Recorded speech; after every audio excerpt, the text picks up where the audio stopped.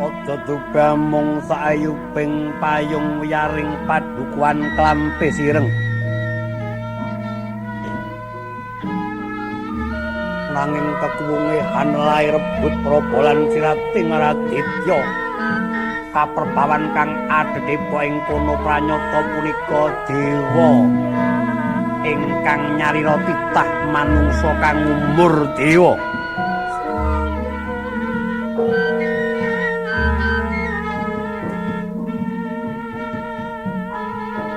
Sang Jiwa Minulya ingkang awasta Kyai Lurah Semar.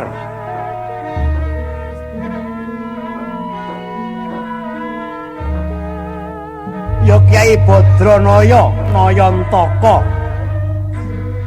Duda Manangunung wong boga sampir. Ya Sang Durudyah Punta Prasanta.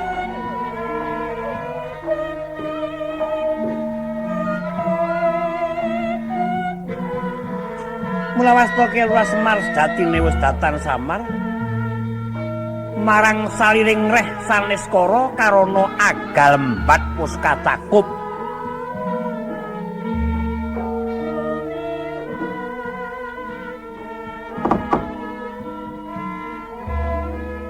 Badranaya Badra rembulan naya ulat yen mesem sak kleteman kaya pepadanging rembulan.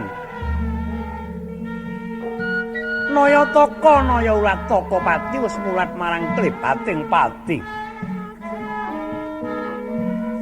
Duda Manangunung ora lanang ora wadon.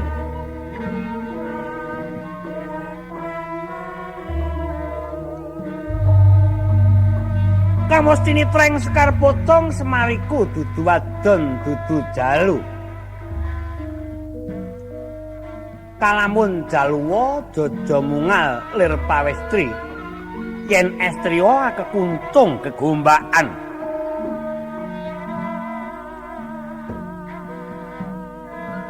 Wong boga sampir tanpa beda kasebating nguni.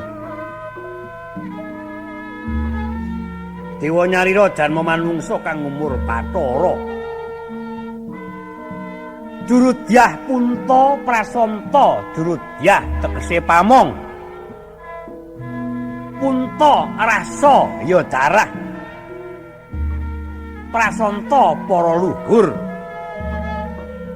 Kinodrat tinitah Kyai Lurah Semar dadi pamonging para ambek luhur.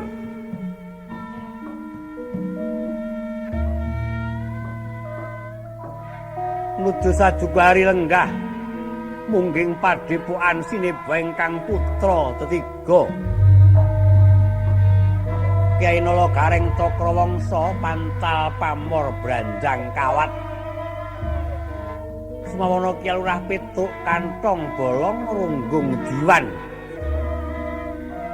Kaparing wingking kang putra Waruju. Awasta Kyai Lurah Bawor kecepot ya Sang Bagong. Saning para putra anggung tinaketake teka mangkono wijiling kang pangandika Kyai Semar lamun dereng gawe sing lading.